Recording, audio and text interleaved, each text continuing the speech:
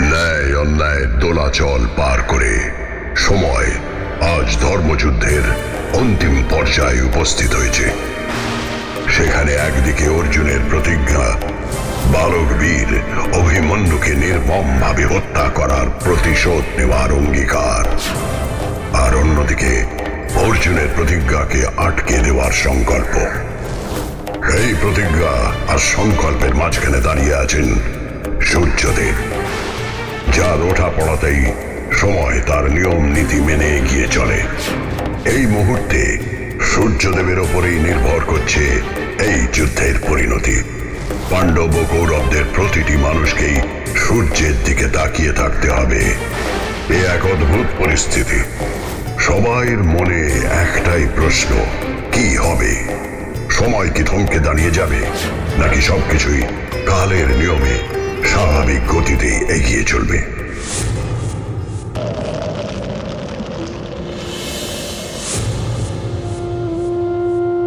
বাসুদেব, আমরা ওর পিছনে চক্রব্যূহের দ্বার পর্যন্ত গিয়েছিলাম, কিন্তু জানতাম না ওদের পরিকল্পনা একেবারেই অন্যরকম ছিল। ওরা অর্জুন দাদাকে ভেবেই চক্রব্যূহ তৈরি করেছিল, কিন্তু সেই ব্যূহে। তুমি সঠিক বলেছ। ওরা চক্রব্যূহের মধ্যে অর্জুনকে ঢুকিয়ে নিয়ে ব্যূহের দ্বার বন্ধ করে দেওয়ার পরিকল্পনা করেছিল, যার নেতৃত্বে ছিল জয়দ্রথ। কিন্তু দাদা, বিপর্যয়ের সামনে দাঁড়িয়ে চোখের জল ফেলতে নেই, তাতে বিপর্যয় আরো গভীর হয়। চতুর্থ পাণ্ডব সঠিক কথাই বলেছে, কিন্তু তোমরা যাকে বিপর্যয় বলছ সেটা কি সত্যিই কোনো বিপর্যয়, নাকি যুদ্ধের স্বাভাবিক গতি? সাবধান, আমি আসছি, মনে রাখিস আমার হাতে তোর মৃত্যু অনিবার্য। ভীম, আমি বুঝতে পারছি তুমি প্রতি মুহূর্তে যন্ত্রণায় দগ্ধ হচ্ছ। আমরা সকলেই অভিমন্যুর মৃত্যুতে শোকস্তব্ধ। এ যন্ত্রণাকে সান্ত্বনা দেওয়ার মতো কোনো ভাষা নেই। সে শুধুমাত্র আমার আদরের ভাগ্নে নয়, সে আমার সুযোগ্য শিষ্য। বীর অভিমন্যুর মুখটা প্রতি মুহূর্তে আমার চোখের সামনে ভেসে উঠছে ভীম, কিন্তু তার সঙ্গে সঙ্গে তাদের মুখগুলো আমার চোখের সামনে ভেসে উঠছে, যারা ওকে চারিদিক থেকে ঘিরে তিলে তিলে হত্যা করেছে। ওই ছোট্ট বালকের কাছে যুদ্ধের আগেই ওরা হেরে গিয়েছিল, আর এই অন্যায়ের পুরোভাগে থেকেছে নিষ্ঠুর নিষ্ঠুর জয়দ্রথ। জয়দ্রথ, এই নামটা আমি সহ্য করতে পারছি না। আগামীকালই এই নামটা পৃথিবী থেকে মুছে দেব আমি। সেটা আমি জানি পার্থ। তোমার গান্ডীব থেকে ছোঁড়া বাণের ফলায় জয়দ্রথের মৃত্যু লেখা হয়ে গিয়েছে। আমি জানি আগামীকাল তোমার প্রতিজ্ঞা তুমি রক্ষা করবেই। চক্রব্যূহে প্রবেশ করতে আমি জানি। তুমি চক্রব্যূহে প্রবেশের যে পথ তৈরি করবে, সেই পথেই আমরা তোমার পিছনে ব্যূহের মধ্যে প্রবেশ করব।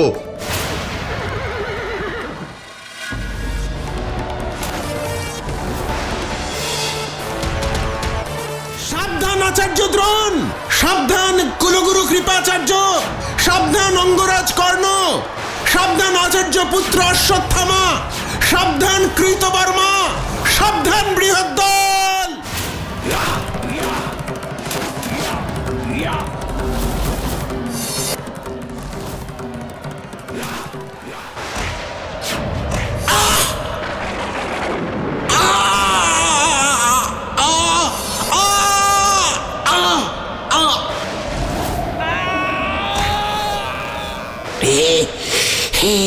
বীর শ্রেষ্ঠ সপ্তরথীগণ,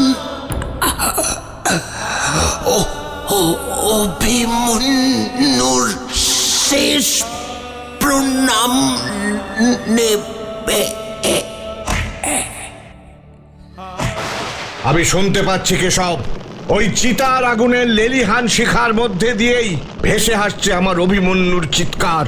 আমার শরীরের প্রতিটি রক্তবিন্দু এই অন্যায়ের প্রতিশোধ চাইছে কেশব। শান্ত হও পার্থ, দূরে তাকিয়ে দেখো, হাজার হাজার চিতার আগুন জ্বলছে। ওই চিতার আগুনে এই নশ্বর শরীরটাকে পুড়িয়ে যারা ইহলোক ছেড়ে পরলোকে চলে যাচ্ছে, তারা সবটাই কারোর ছেলে, কারোর বাবা, কারোর স্বামী। ওরাও এই ধর্মযুদ্ধে সামিল হয়ে বীরগতি প্রাপ্ত হয়েছে। আমাদের অভিমন্যু বীর মরার আগে মরে যায়নি সে। একজন যোদ্ধার ধর্ম মেনে সে দেহের শেষ রক্ত বিন্দু দিয়ে যুদ্ধ করেছে। কিন্তু এটা কি একটা যুদ্ধ কেশব? 7 জন রথী মিলে নিরস্ত্র এক বালককে তিল তিল করে হত্যা করার নাম যুদ্ধ? অভিমন্যুকে কিন্তু নিরস্ত্র হতে হতো না পার্থ। তাকে অনুসরণ করে চক্রব্যূহের দ্বার মুখে চলে গিয়েছিল ভীম, যুধিষ্ঠিরের মতো যোদ্ধা। কিন্তু অন্যায়ভাবে ওই দ্বার আটকে দিয়েছিল জয়দ্রথ।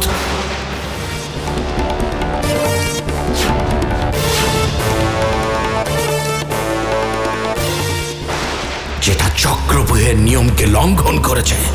পার্থ, এই নৃশংস হত্যাকাণ্ডের সব থেকে বড় অপরাধী কিন্তু জয়দ্রথ। জয়দ্রথ? হ্যাঁ কেশব, ওই জয়দ্রথের ক্ষমা নেই। আমার প্রতিজ্ঞা আমি রাখবই। এই অভিমন্যুর চিতার আগুনকে সাক্ষী রেখে আমি বলছি, কাল সূর্যাস্তের আগে আমি জয়দ্রথকে বধ করবই। কাল সূর্যাস্তের আগেই এই পৃথিবী থেকে নিশ্চিতভাবে জয়দ্রথের নাম মুছে যাবে। কিন্তু আমরা এক মুহূর্তের জন্যও যেন ভুলে না যাই যে এই ধর্মযুদ্ধ আসলে একটা প্রতীক মাত্র। অন্যায়কে শেষ করে দিয়ে ন্যায় প্রতিষ্ঠার প্রতীক, অধর্মকে হারিয়ে ধর্মের ধ্বজা ওড়ানোর প্রতীক।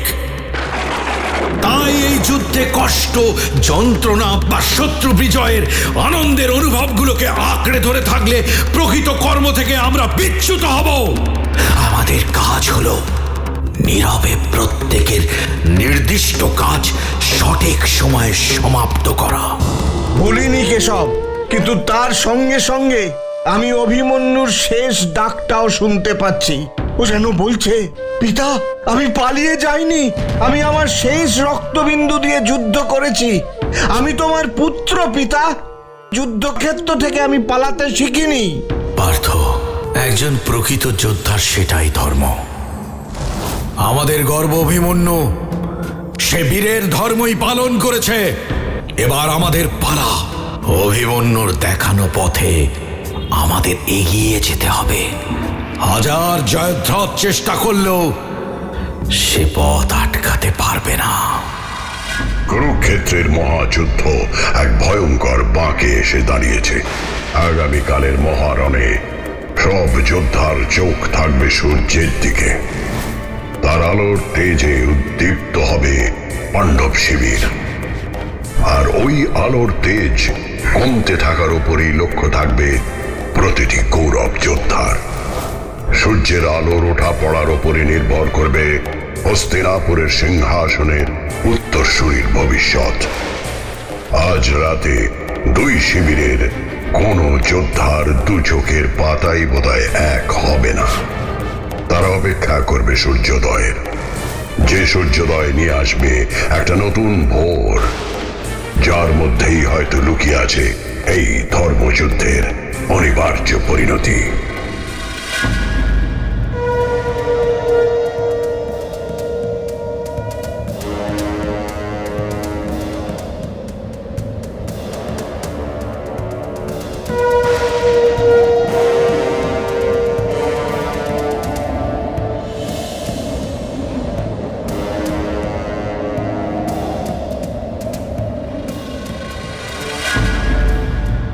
যুদ্ধ শুরু হলো মহারাজ। আজকের যুদ্ধ শুধুমাত্র যুদ্ধ নয়, আজকের যুদ্ধ সংকল্প রক্ষা ও সংকল্প ব্যর্থ করবার মরণপণ লড়াই।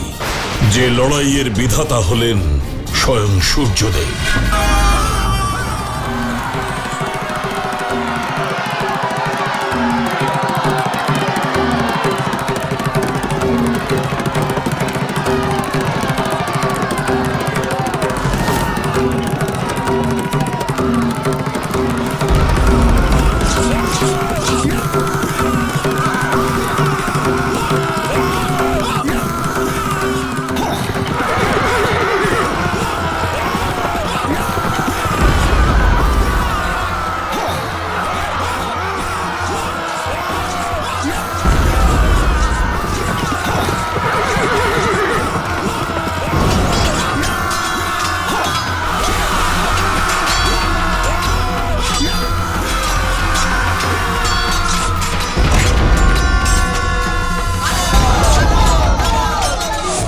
নির্মল প্রভাতের কোমল আলো থেকে গোধূলির অস্তমান সূর্যের লাল আভার মধ্যেই নির্ধারিত হয়ে যাবে হস্তিনাপুরের ভবিষ্যৎ।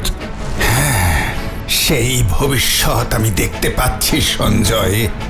এত বড় বড় যোদ্ধাকে পেরিয়ে অর্জুন কিছুতেই জয়দ্রথর কাছে পৌঁছতে পারবে না।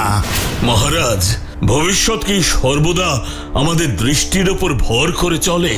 সময় বড় নিষ্ঠুর মহারাজ, সে তার আপন খেয়ালেই সব কিছু ঘটাতে থাকে। সেই খেয়ালেই সময়ও কখনো কখনো বাস্তবের সঙ্গে মিশে যায় সঞ্জয়। বলো বলো, আমার দুর্যোধন কোথায়? মহারাজ, দুর্যোধন প্রবল বিক্রমে যুদ্ধ করছেন। তার সামনে পাণ্ডব সেনারা পথের ধুলোর মতো উড়ে যাচ্ছে, আমি দেখতে পাচ্ছি। প্রধান সেনাপতি দ্রোণ তার রথ নিয়ে বীর দর্পে এগিয়ে চলেছেন। অন্যদিকে ভীম, নকুল, সহদেব, ধৃষ্টদ্যুম্ন সকলেই বীর দর্পে যুদ্ধ করে চলেছেন। কিন্তু আজ কৌরব শিবিরকে একটু অন্যরকম মনে হচ্ছে মহারাজ। অন্যরকম মানে? তুমি কি বলতে চাইছো সঞ্জয়? অন্যরকম মানে আজ কৌরব শিবিরকে বড় রক্ষণাত্মক মনে হচ্ছে। তারা যেন বিপক্ষ সেনাকে আক্রমণ করবার থেকে আক্রমণ সামলানোকেই বেশি গুরুত্ব দিয়েছে। রক্ষণাত্মক? আমার দুর্যোধন রক্ষণাত্মক? তোমার কোথাও ভুল হচ্ছে না তো সঞ্জয়? না মহারাজ, আমি যেটা দেখতে পাচ্ছি সেটাই তো আপনাকে বিবৃত করছি। এই মুহূর্তে অর্জুনের রথ থেমে গেল। অর্জুন কৃষ্ণকে কিছু একটা বলছেন। সব সংসপ্তক সেনা আমার রথের সামনে অবরোধ করে দাঁড়িয়ে পড়েছে। ওরা যেন তেন প্রকারেণ আমাদের পথ আটকানোর চেষ্টা করছে। সেটাই তো হওয়া উচিত পার্থ। আজ ওদের উদ্দেশ্য তোমাকে পরাজিত করা নয়, যেভাবেই হোক তোমাকে আটকে রাখা, জয়দ্রথ পর্যন্ত তোমাকে পৌঁছতে না দেওয়া। ওরা জানে যেভাবে হোক তোমাকে প্রতিজ্ঞাভ্রষ্ট করতে পারলেই ওরা জয়লাভ করবে। তোমরাও অদ্ভুত, হঠাৎ হঠাৎ প্রতিজ্ঞা করতে তোমরা সিদ্ধহস্ত। জয়দ্রথকে বধ করার জন্যে প্রতিজ্ঞা করতে হবে কেন? আমি বুঝতে পারছি কেশব, আমি ভুল করেছি, আমাকে ক্ষমা করুন। আজ সব দ্বৈরথ এড়িয়ে চলার চেষ্টা করো পার্থ। আজ তোমার একমাত্র লক্ষ্য হবে জয়দ্রথ। আর সময় নেই, এখনই আমার রথ চালনার পথ তৈরি করো। যথা আজ্ঞা কেশব। আমার প্রণাম নেবেন অগ্রজ। আজ সূর্যাস্তের পূর্বে জয়দ্রথকে বধ করে আমি আমার প্রতিজ্ঞা রক্ষা করব। আমাকে যাত্রা করার আজ্ঞা দিন। যাও অর্জুন, জয়ী হয়ে ফিরে এসো। সাত্যকী, আমি না ফেরা পর্যন্ত তুমি অগ্রজের কাছে থাকবে। ওনাকে রক্ষা করার দায়িত্ব আমি তোমার ওপর দিয়ে গেলাম। যথাজ্ঞা গুরুদেব। আমি আমার দেহের শেষ রক্তবিন্দু দিয়ে আপনার আদেশ পালন করব। মহারাজ, সংসপ্তক সেনার অবরোধ ভেঙে অর্জুনের রথ এগিয়ে চলেছে। কিন্তু এ আমি কি দেখছি মহারাজ? কি দেখছো সঞ্জয়? আমাকে বলো, চুপ করে থেকো না। মহারাজ, সংসপ্তক সেনারা যুদ্ধ করতে করতে তাকে ক্রমশ অন্যদিকে নিয়ে চলে যাচ্ছে। অর্জুন যুদ্ধ করতে করতে তাদের সঙ্গে যুদ্ধক্ষেত্র থেকে অনেক অনেক দূরে চলে যাচ্ছে মহারাজ। তার মানে এটাই আজকের যুদ্ধের পরিকল্পনা সঞ্জয়? তুমি একটু আগেই যাকে রক্ষণাত্মক বলছিলে। কিন্তু এভাবে সময় চলে গেলে অর্জুন কি তার প্রতিজ্ঞা রক্ষা করতে পারবেন? পারবে না। আর প্রতিজ্ঞাভ্রষ্ট হয়ে অর্জুন গান্ডীব ত্যাগ করবে। সঞ্জয়, এ যুদ্ধ শুধু বাহুবল বা পরাক্রমের মঞ্চ নয়। এ যুদ্ধ সূক্ষ্ম কৌশল এবং বুদ্ধিদীপ্ত পরিকল্পনার অসাধারণ প্রেক্ষাপট। দেখতে পাচ্ছ, সূর্য ক্রমশ পশ্চিমে হেলে পড়তে শুরু করেছে। হ্যাঁ অগ্রজ, মধ্যাহ্ন পেরিয়ে সূর্য অপরাহ্নের দিকে যাত্রা শুরু করেছে। আমি আর অর্জুনের গান্ডীবের টঙ্কার শুনতে পাচ্ছি না কেন? বাসুদেবের শঙ্খধ্বনির শব্দ আর শোনা যাচ্ছে না। তবে কি অর্জুনের কোনো বিপদ হলো? না না, আমি আর স্থির থাকতে পারছি না। সাত্যকী, তুমি এখনই অর্জুনের কাছে যাও। দেরি করলে আরো কোনো বড় বিপদ হতে পারে। ক্ষমা করবেন মহারাজ, আমি আপনাকে ছেড়ে কোথাও যেতে পারবো না। তাছাড়া অর্জুনের সঙ্গে স্বয়ং বাসুদেব আছেন, আপনি একদম চিন্তা করবেন না। অর্জুন কোথায় আছে আমি বুঝতে পারছি না। তার গান্ডীব থেকে বাণ নিক্ষেপ হলে যে শব্দ হয় সেটাও আমাদের সকলেরই খুব চেনা। যুদ্ধক্ষেত্রে সেই শব্দও অনুপস্থিত, বাসুদেবের শঙ্খের শব্দ আর শোনা যাচ্ছে না। কিন্তু আমি আপনার নিরাপত্তার দায়িত্বে আছি মহারাজ, আর এই দায়িত্ব আমাকে আমার গুরু মহাবীর অর্জুন স্বয়ং দিয়ে গেছেন।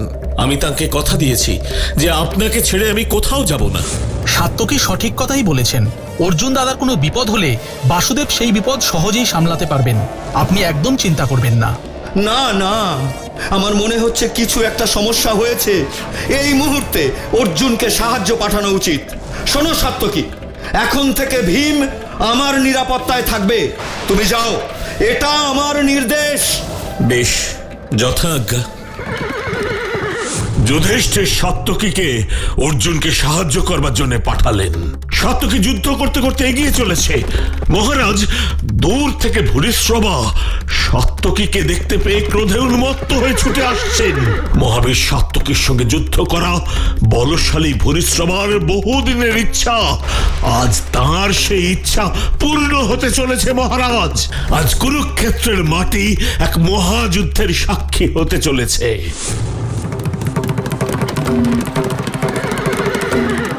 সাত্যকী, দুর্ভাগ্যবশত আজ তুমি আমার সামনে এসে পড়েছ।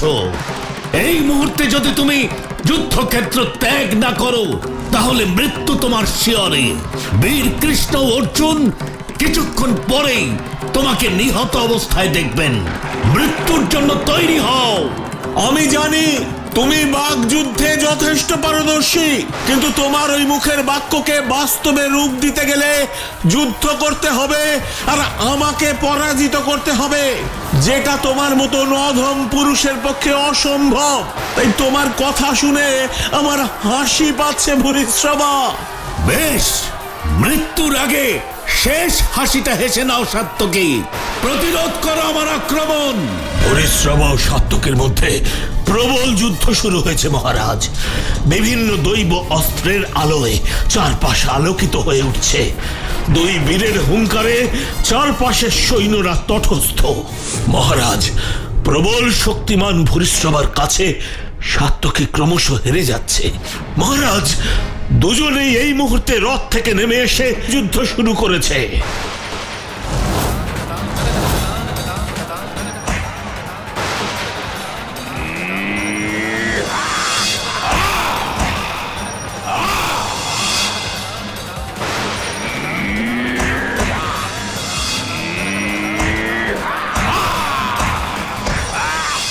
সাত্যকী কেমন যেন অবসন্ন হয়ে পড়ছে মহারাজ।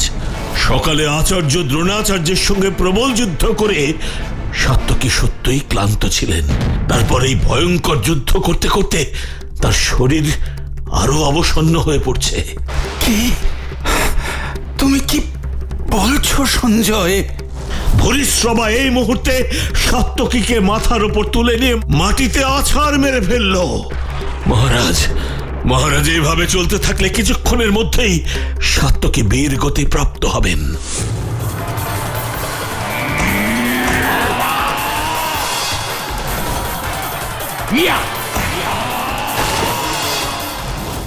অর্জুন, এখনই সাত্যকীকে সাহায্য করো, না হলে তোমার শিষ্য এখনই বীর গতি প্রাপ্ত হবে। কেশব, এ তো যুদ্ধ নয়। আমার তো মনে হচ্ছে মহাবাহু ভূরিশ্রবা সাত্যকীকে নিয়ে খেলা করছেন। মনে রেখো অর্জুন, ক্লান্ত পরিশ্রান্ত সাত্যকী তোমার সাহায্যের জন্য এসেছেন। এই মুহূর্তে তোমারও তাকে সাহায্য করা উচিত। ভূরিশ্রবাকে নিবৃত্ত করো পার্থ। যথা আজ্ঞা কেশব।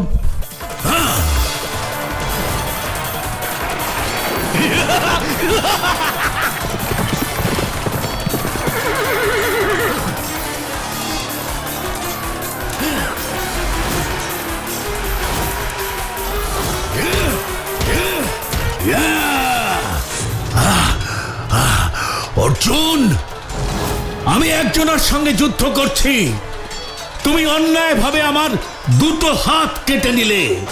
ছি ছি মহাবীর অর্জুন, এ কাজ তোমাকে শোভা পায় না। বেশ বেশ, আমিও দেখছি তুমি কিভাবে এই যুদ্ধে জয়ী হতে পারো? পার্থ, এখনই ওকে হত্যা করো, না হলে ও মন্ত্র বলে আবার সব শক্তি ফিরে পাবে। ওকে সেই সুযোগ দিও না পার্থ। নিরস্ত্র অবস্থায় এক যোদ্ধাকে হত্যা করব কেশব? হ্যাঁ করবে। তোমার পুত্রকে 7টা মহারথী ঘিরে ধরে নিরস্ত্র অবস্থাতেই হত্যা করেছিল।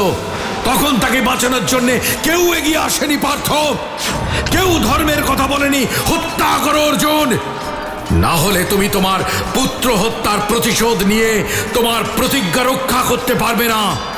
দেখো, সূর্যের তেজ কিন্তু ক্রমশ কমছে। আমাদের হাতে আর সময় নেই। হত্যা করো অর্জুন।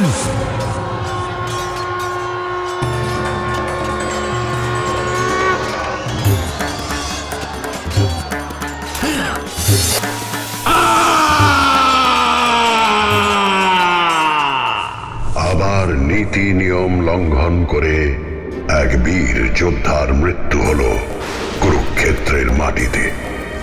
নিরস্ত্র এক যোদ্ধার রক্তে লাল হয়ে গেল যুদ্ধভূমি।